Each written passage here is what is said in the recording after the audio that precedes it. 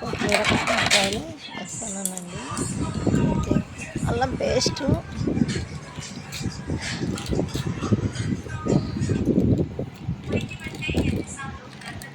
వేసాను. కూర్చేది నువ్వు వేస్తున్నానండి.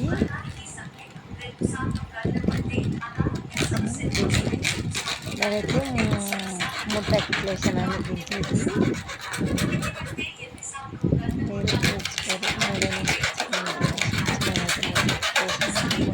మీరు బాగుంటుందని లైక్ చేయండి, షేర్ చేసుకోండి.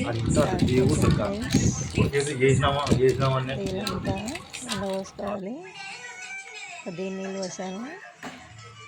నీళ్ళు పోసి బాగా మనకు తగినంత నీళ్ళు పోసుకొని కలుపుకోవాలి. వడల మాదిరి కలపండి ఫ్రెండ్స్. అంతా కలుపుకున్నాను చూడు. ఉప్పు కారం అన్నీ వేసాను దాంట్లోకి.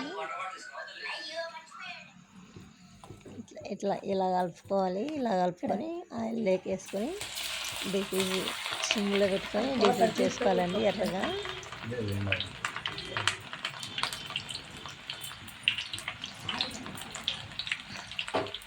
ఎర్ర వేయించుకొని మళ్ళీ పక్కన అట్లా కలిపి బాగా వేయించాలండి. ఎర్ర ఏదో అట్లా వేయించుకోవాలి.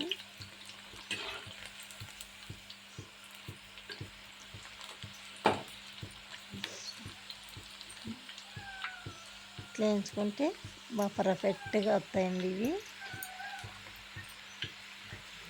విడి లేకుండా బాగా నాజు ఉంటాయి. పిల్లలకైతే బాగా ఇష్టంగా తింటారండి. ఇవన్నీ వేరే ప్లేట్లోకి వేసుకుంటున్నాను నేను. ఇలా అన్నీ తీసేసుకోవాలి. తీసేసుకొని మిగిలినది కానీ మళ్ళీ రెండోసారి వేసుకుంటున్నానండి.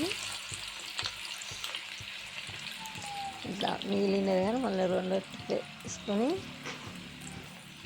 బాగా ఎర్రగా అయ్యే వరకు అట్లా ఉంచి ఎర్రగైన తర్వాత మళ్ళీసారి కలిపి ఇట్లా అంతా వేసిన తర్వాత అయితే మా పిల్లలు చాలా ఇష్టంగా తింటారండి. ఇలా వేసేసాను. ఎర్రగడ్డ వేసాను దాంట్లోకి. మనం వీలైతే మనకు కావాలనుకుంటే మళ్ళీ చికెన్ మసాలా, గరం మసాలా కలిపి పైన వేసుకొని కలిపుకోవచ్చండి. కలిపుకోవచ్చు.